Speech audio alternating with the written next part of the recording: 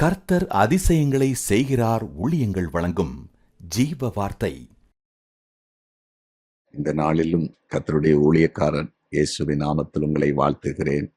ஜீவ வார்த்தை மூலமாய் உங்களோட ஆண்டவர் பேச போகிறார். இந்த நாளில் புதிய காரியத்தை செய்ய போகிறார், புதிய நன்மையை செய்ய போகிறார். இன்று இரவு முடிவதற்கு முன்பாக புதிய காரியம் நடக்கும். நாளை தினத்திலே நீங்கள் ஆண்டவருக்கு சாட்சியாய் நிற்க போகிறீர்கள். பயப்படாதீங்க. பிறந்த நாளை காண்கிற அனைவரையும் இயேசுவின் நாமத்தில் வாழ்த்துகிறேன். திருமண நாளை காண்கிற அத்தனை குடும்பங்களை வாழ்த்துகிறேன். உங்கள் குடும்பத்தில் இருக்கிற பிரிவினைகள், போராட்ட நெருக்கங்கள் எல்லாவற்றையும் கர்த்தர் மாற்றி போடுவார். கலங்காதீங்க. இந்த நாளிலே குறிப்பாக ஜீவ வார்த்தைக்காக தெரிந்து கொண்ட வசனம் 1 நாளாகமம் 4:10. இந்த வசனத்திலே யாபேஸ் வேண்டிக் கொண்டதை தேவன் அருளினாரா. இன்றைய ஜீவாத்தின் தலைப்பு வேண்டிக் கொள்வதை தருவார்.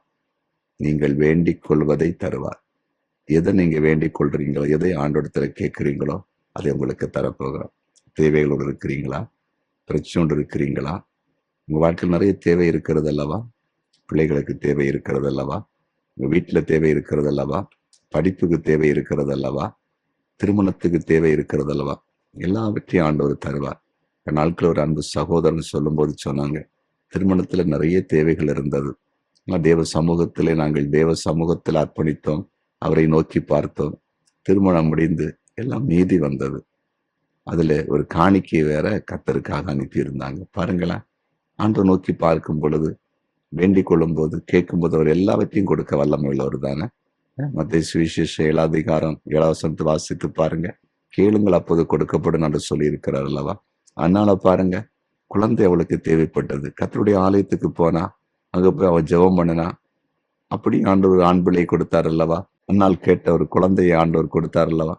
அதே போலதான் எதை கேட்டாலும் நம்ம வாழ்க்கையில அவருடைய நாம மகிமைக்கு என்று சாட்சியா எதை கேட்டாலும் தருவார்.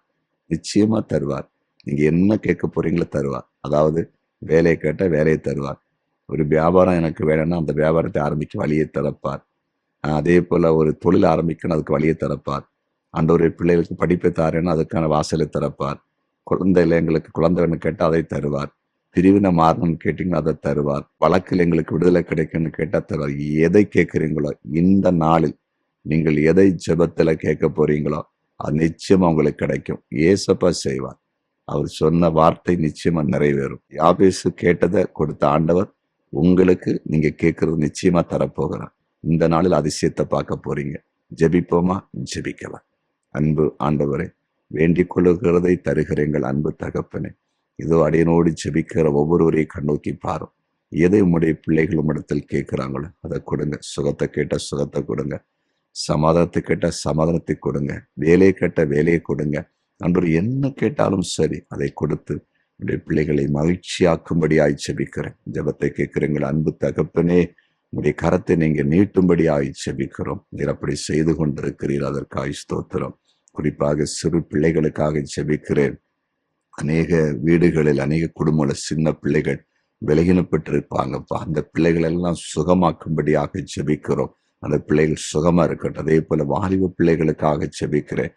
எந்த குடும்பத்துல பெற்றோர்கள் வாலிப பிள்ளைகளால கண்ணீர் விட்டு கொண்டிருக்காங்களோ அந்த கண்ணீர் துடைக்கப்படும்படிக்கு வாலிப பிள்ளைகளை ரட்சிக்கும்படியாக ஜெபிக்கிறோம். சில குடும்ப தலைவிகள் குடும்ப தலைவருக்காக ஜெபம் பண்ணி கொண்டிருப்பாங்க. அவங்க வாழ்க்கையில சில மாற்றங்களை உடனே கர்த்தர் கொண்டு வாருங்க. சில குடும்பங்களில பெற்றோர்கள் பலகீனப்பட்டிருப்பாங்க. வயது நிலையில அவங்களுக்கு சுகத்தை கொடுக்கும்படி ஜெபிக்கிறோம். சில குடும்பங்கள்ல மருத்துவமனையில் ஆபத்தான நிலையில் யாரா இருப்பாங்க, அவங்களை கர்த்தர் சுகமாக்கும்படியாக ஜெபிக்கிறோம். கர்த்தருக்கு ஊழியம் செய்கிற தேவ ஊழியர்களுக்காக ஜெபிக்கிறேன். அவங்க குடும்பங்களை ஆசீர்வதிங்க, அவங்க ஊழியங்களை ஆசீர்வதிங்க. உங்க ஜெபத்தை கேட்டிருந்ததற்காக ஸ்தோத்திரம். இயேசுவின் நாமத்தில் பிதாவே, ஆமென், ஆமென்.